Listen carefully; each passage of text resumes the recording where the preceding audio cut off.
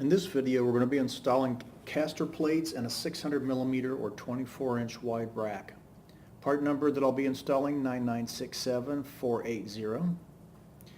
This consists of two caster plates, one of which has swivels, hardware, and an instruction manual.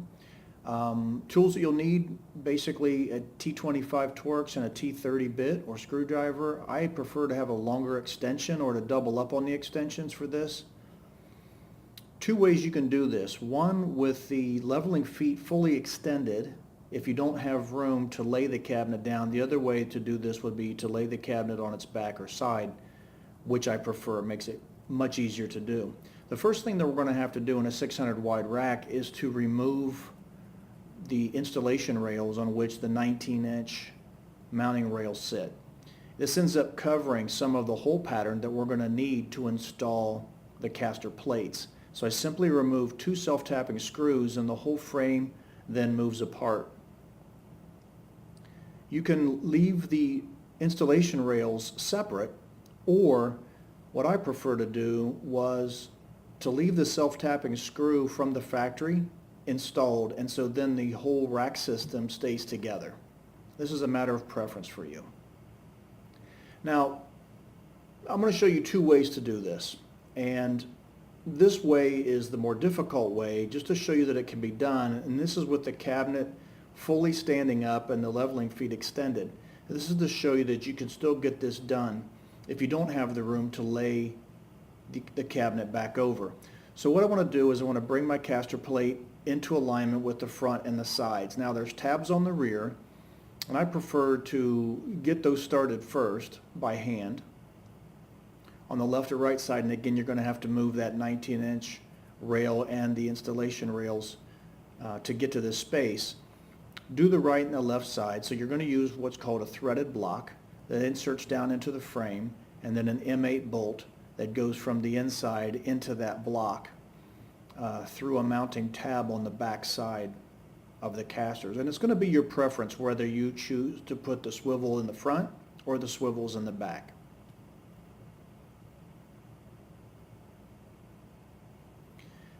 The other thing I like to prefer to do here is leave the hardware a little bit loose as you're starting it.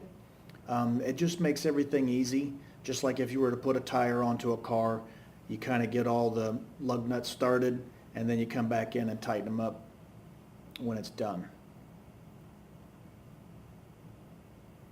Now on the front ones, you're going to put the threaded block through the frame, and then you're going to come in. I like to get it started by hand this way, making sure that the hole through the caster plate goes into the threaded block and the hardware that I got started, and then I can come in behind a little bit later and take my extension and my T30 bit and then tighten this up.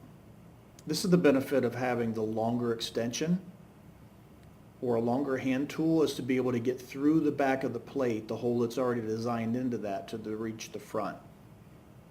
Otherwise, if you're doing this with the cabinet laid down, you can get to it through another way, and it's a little simpler. Now I'm going to go back and I'll tighten up the side fasteners just to make sure that everything's tightened down.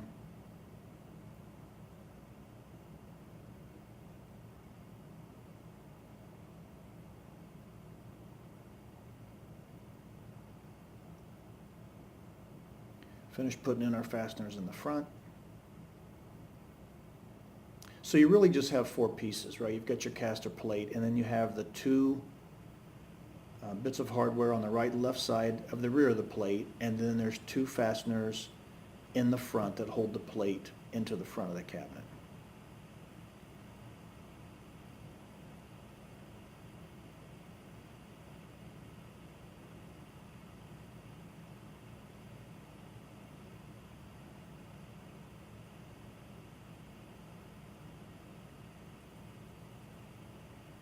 Now what I've done here is tip the cabinet over, which makes it very accessible and very easy, because now the plate will kind of hold itself in place as you're tightening up the hardware. That's the preferred method for me, but you may not have space to do that.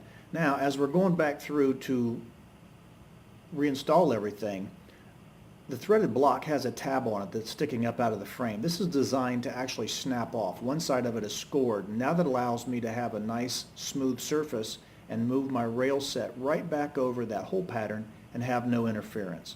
So keep in mind those are allowed to and are designed to snap away anywhere that it might create interference. So you do that with the front and the back. Now in an 800 wide cabinet, you don't have to move any of the rails because the hardware is totally accessible to the frame without having to move any of the frame sections. And then when you're done, now you've got your casters on, slide your rack into place, and you're good to go. Thank you for watching.